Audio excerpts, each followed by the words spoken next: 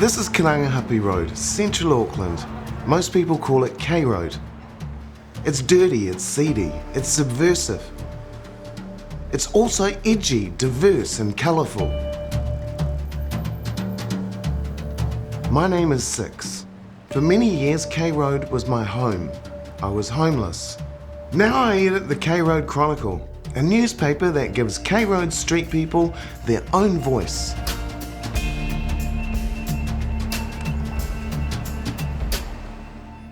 Bro, all I was doing was sitting over here. Young fella started booting me. There. That's what happens, bro. I don't ask for help. I get no help. They don't look after the homeless. They never have. I've been on these streets too long. I'm an old man. This is all I've got. This is what I do.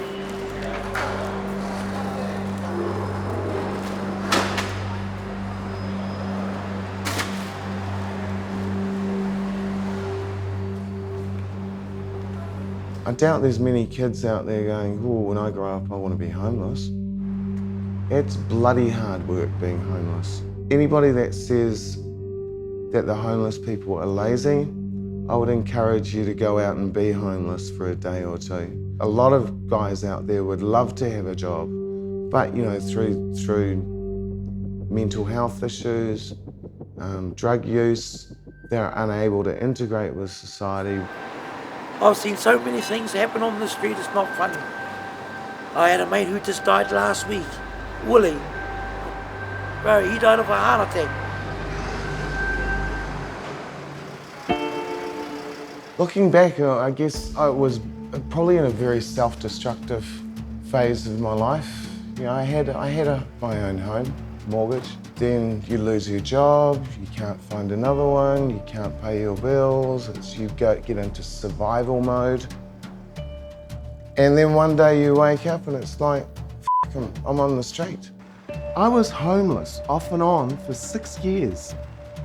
The first night, I just sat there and I was just a total mess. If you're lucky, some other street person will adopt you and show you the path. Yeah, and a really good guy, Roger, and he's like, Six, so you're homeless? I was like, yeah.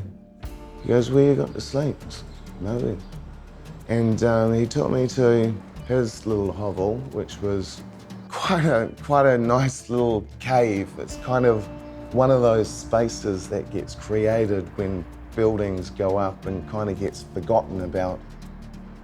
I was miserable, I was depressed, I was probably in tears, and Roger came along and found me and, you know, Six, what's going on?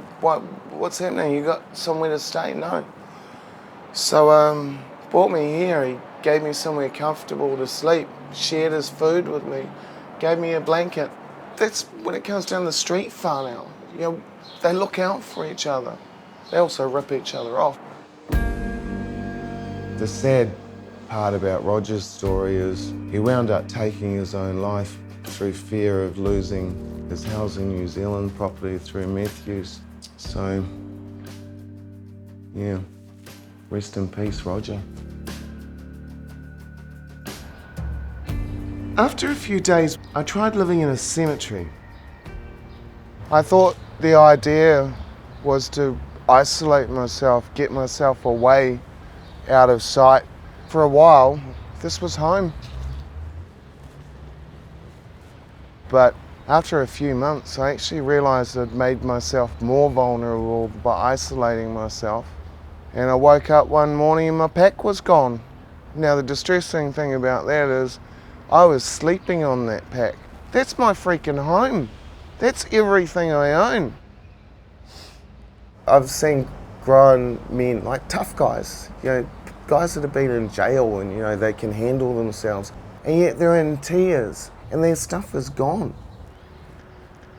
You know, it's just one of those shit things about being homeless is that you're more likely to be stolen from another homeless person than anybody else. You know, it's the shark eating its tail.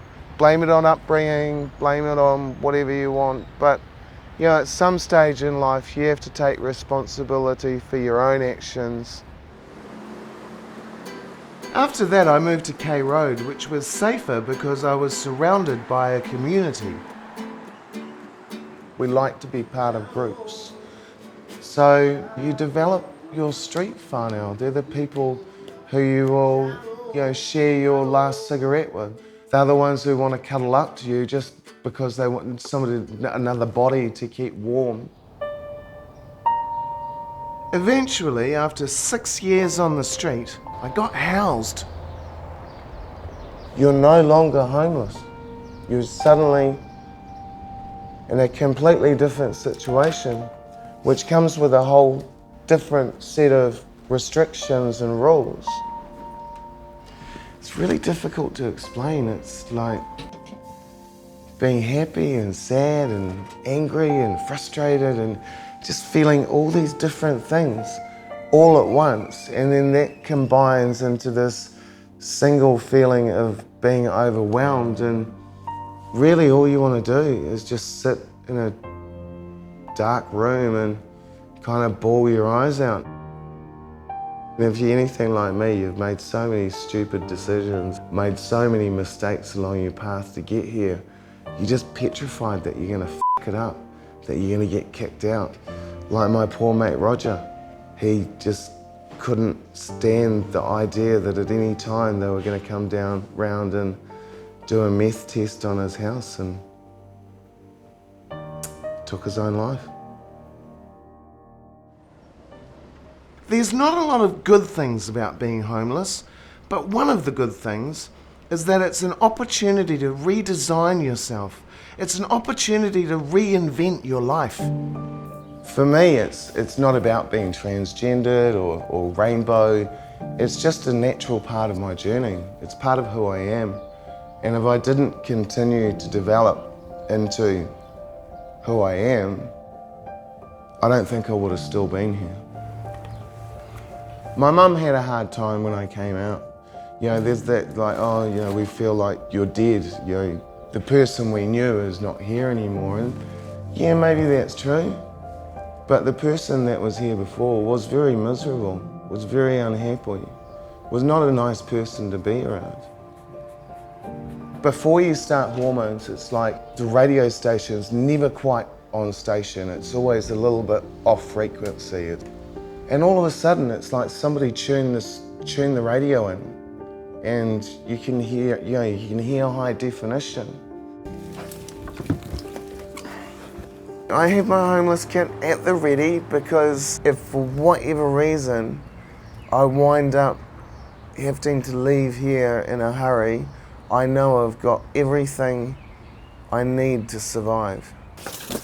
Now, this is the little thin mattress that kept me off the pavement. So this is a bivvy bag or bivouac bag.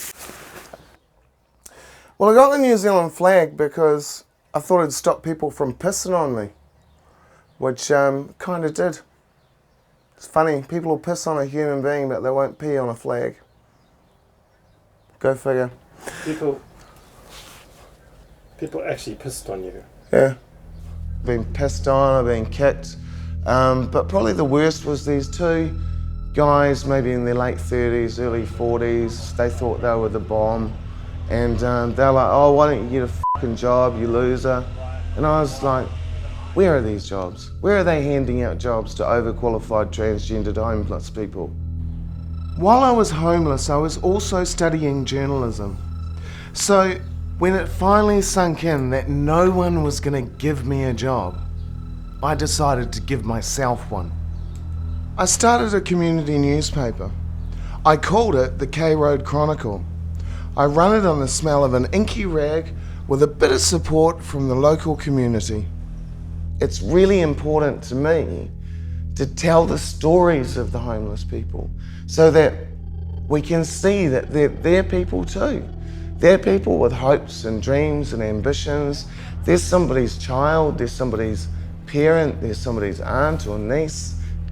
I was in a unique position to get some of these stories in a sympathetic manner. It's not gonna, send any politician to the cells, but it's good community journalism. And that's what this series is about. Hey Nash, you seen the new issue? Brand new.